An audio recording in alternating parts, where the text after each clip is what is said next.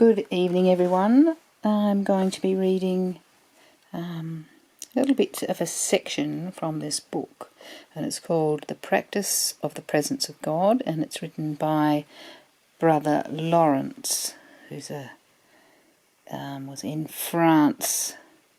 Now, what was it, in the 19th century, I think. I'll have to check that. I'm just so used to reading it, I've forgotten. Anyway, I apologise. So, and I'm going to read a couple of pages on my Kindle. Lost my spot. Sorry. In the beginning, Brother Lawrence declared that little effort was needed to form the habit of continuously conversing with God, telling him everything that was happening. However, after a little careful practice, God's love refreshed him, and it all became quite easy. Whenever he considered doing some good deed, he always consulted God about it, saying, "Lord, I will never be able to do that if you don't help me." Immediately he would be given more than enough strength. When he sinned, he confessed to God with these words, "I can do nothing better without you. Please keep me from falling and correct the mistakes I make." After that, he did not feel guilty about his sin. Brother Lawrence pointed out that he spoke very simply and frankly to God. He asked for help with things as he needed it, and his experience had been that God never failed to respond.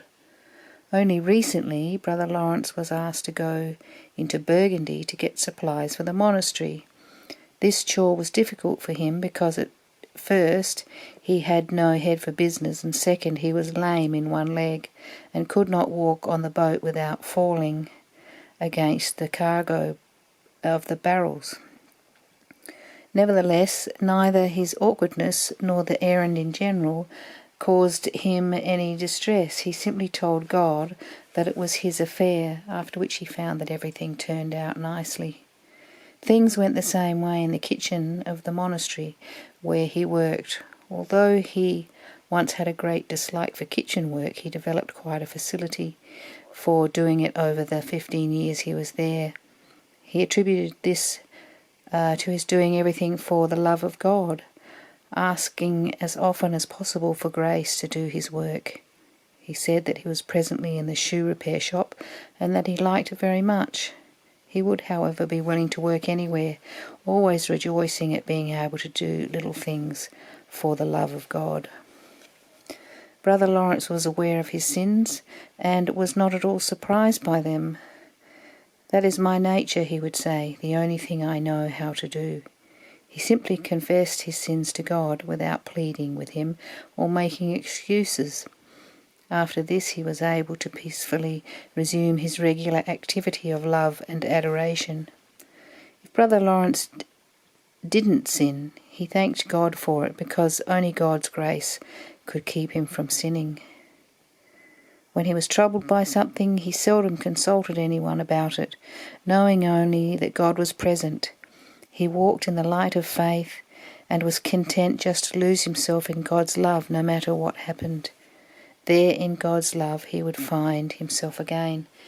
And I wanted to just read that out because I talk to God a lot all day long, and I especially go for walks outside in the fields which are around my house every evening, and I just walk and talk to him and talk to him and talk to him, and I tell him everything I'm thinking, and it's just a wonderful thing to do. And so I can really understand and feel very similar to Brother Lawrence as it is spoken of him in this part of this chapter. And I encourage you all to do the same, because God's there, he's with us, he's in us. There is nothing that's happening that isn't his. And when we concentrate on God and talk to God, we don't have time to be distracted by anything else of the world.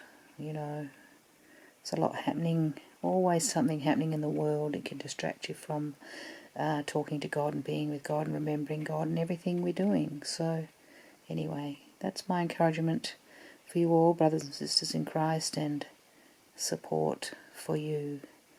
Anyway, love you all. Thanks for listening. God bless.